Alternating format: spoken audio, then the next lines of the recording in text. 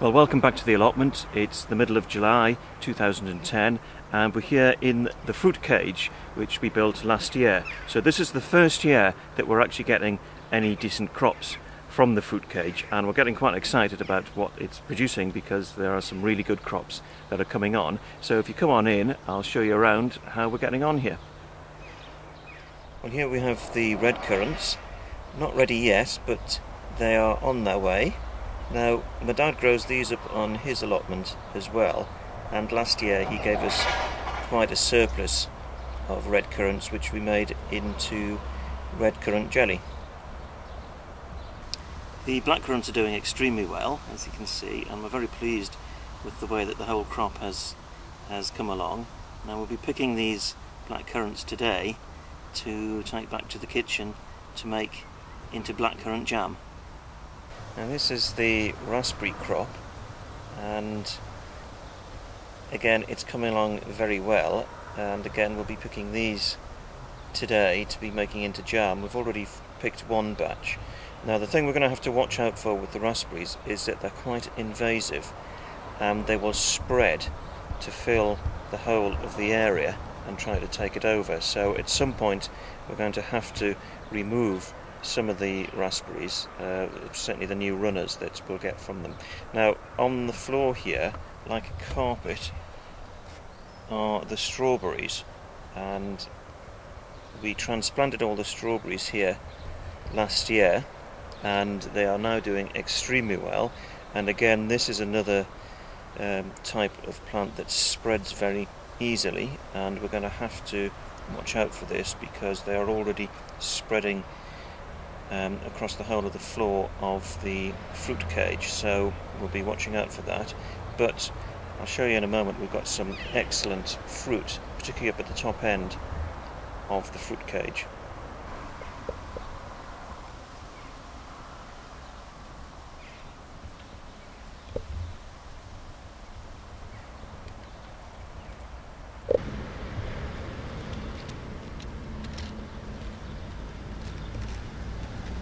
So as you can see, some beautiful ripe strawberries there,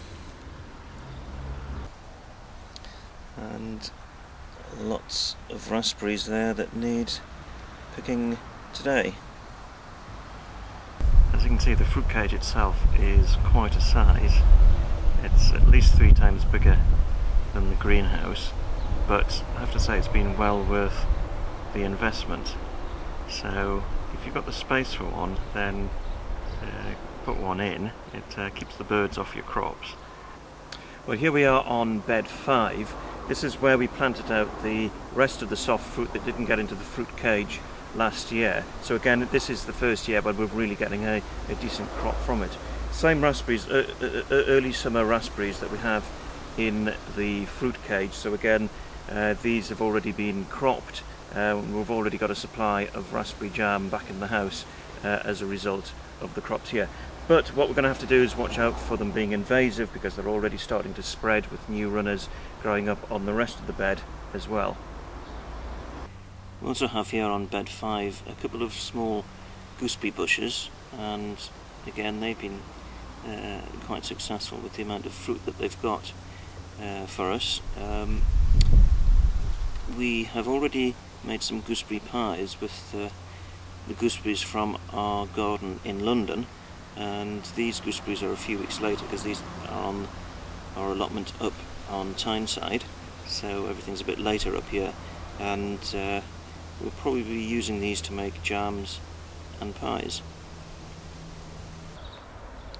Last year we also planted an apple tree down here on bed 5. It's fruiting quite well. The variety of apple is James Reeves. This is the plum tree, the Victoria plum tree that we planted last year. Immediate success, lots of fruit on it, and again lots of fruit on it this year, so coming along rather well, and very pleased with this one. Well, that's where we are with the fruit growing on the allotment. Now at the moment there's lots of wild fruit crops which are available for picking, particularly wild cherries and gooseberries, but soon the wild raspberries will be available for picking as well. They tend to be a bit later than some of the earlier crops of domesticated raspberries that we have. Now back in the kitchen, we're going to show you some of the things that we've been doing and some of the foods that we've been making with some of these fruits that we've been picking recently. Well, we thought we'd give you a quick run through of some of the things that we've been making with the fresh fruit we've been picking through the summer. So we're going to start with some of the fruit liqueurs that we've been making. This is raspberry gin. We have an awful lot of this because actually we rather like it. It's basically just raspberries and sugar into a Kilner jar with a bottle of gin. Close the jar, shake it up once a day for a month, and then leave it standing for a few months after that, and then bottle it after that, and then drink it in shots neat. All that we have there was actually made last year, so we've actually allowed it to stand over the winter, so we're just about to bottle that up. And just on the same subject, this is the slow gin that we made last year. Now we made a video about how to make slow gin, and these were the gins that we set away for that video last year, and again we'll be bottling up those shortly as well. Now one of the fruit liqueurs that we've just made this year is gooseberry vodka. I'll just give that a bit of a shake up. We've got two of these jars currently in making vodka. The point about this is that we've used all the small gooseberries that we didn't have time to top and tail because it was just too much of a carty job. But what we have also done is started bottling fruits, and these are some of the gooseberries, the bigger gooseberries from the same batch as gone into the vodka. And again, this is just gooseberries that have been preserved in sugar syrup. Now of course you couldn't get away without making some jams, and our favourite jam, in fact I think just about everybody's favourite jam, is the raspberry jam, and really love this stuff. This won't last long, we'll be eating that in no time at all.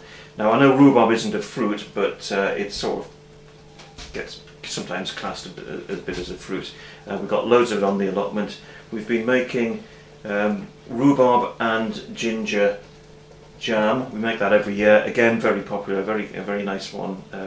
People love it, can't get enough of it. This is a first for us. We've actually made rhubarb chutney as well. Very easy to make. We'll show you on another video on how to do that.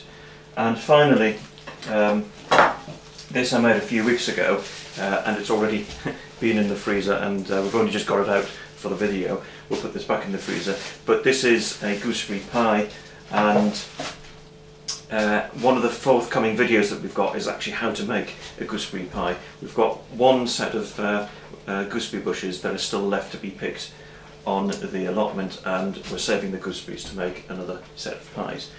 And finally, all this fruit that we've got here, we can't get away without eating some of it in its raw state, because it's just absolutely gorgeous. You have fantastic strawberries this year. So a good way to do it is just get a few strawberries from the allotment, some of the raspberries, some of the black currants, and some wild cherries, and just put a dollop of this natural yogurt onto it, and just give it a quick stir in, and it makes an absolutely gorgeous summer feast. And on that note, I'll bid you farewell, and I'll see you on one of our forthcoming videos. Happy summer. Oh, gorgeous.